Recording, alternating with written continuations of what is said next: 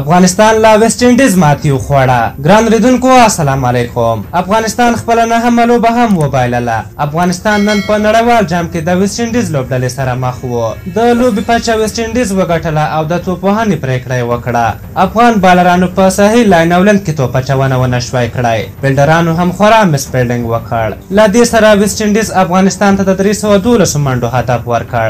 د ویسټ انډیز لخوا شی هوف، نیکولاس پورن او جیسن هولډر ښه توپوهنه وکړه. په ځوابي لوبه کې که څه هم افغانستان خپله لومړی وکټ ژر له لاسه ورکړه، خو ځوان لوبغاړو اکرام علي خیل، رحمت شاه زرمتي او نجیب الله زدران لوبه ښه برابره کړې وه او لوبه په خپل لاس کې وه. اکرام علي خیل د کرکټ په تاریخ کې دریم ځوان لوبغاړی شو چې په نړیوال جام کې نیمه ستلیزه ترسره کوي. هغه شپږ اتیا منډې وکړې. رحمت شاه هم نیمه ستلیزه ترسره کړه، خو کله چې خبره سینیر لوبغاړو ته ورسېده لومړی نجیب زدران رن آوټ کړ او بیا خپله نبي او غیر ذمهورانه شاټ وواهه او خپله وکټ یې له لاسه ورکړه چې له دې سره افغان لوبډله ونه توانېده چې یاد هدف پوره کړي او ټوله لوبډله یې په 288 منډو وسوځېده چې له دې سره یې لوبه په 23 منډو وبایلله. په نړیوال جام کې دا د افغانستان نهمه ماتې وه او بدبختانه به ووایو چې یوه لوبه یې هم ونه شو کولی چې ویې ګټي. په لوبډله باندې ډېرې زیاتې نیوکې موجودې دي چې بې اتفاقي او لازموارۍ پرته د لوبغاړو لوبه ترسره کول او ګڼې نورې نیوکې موجودې دي. خو د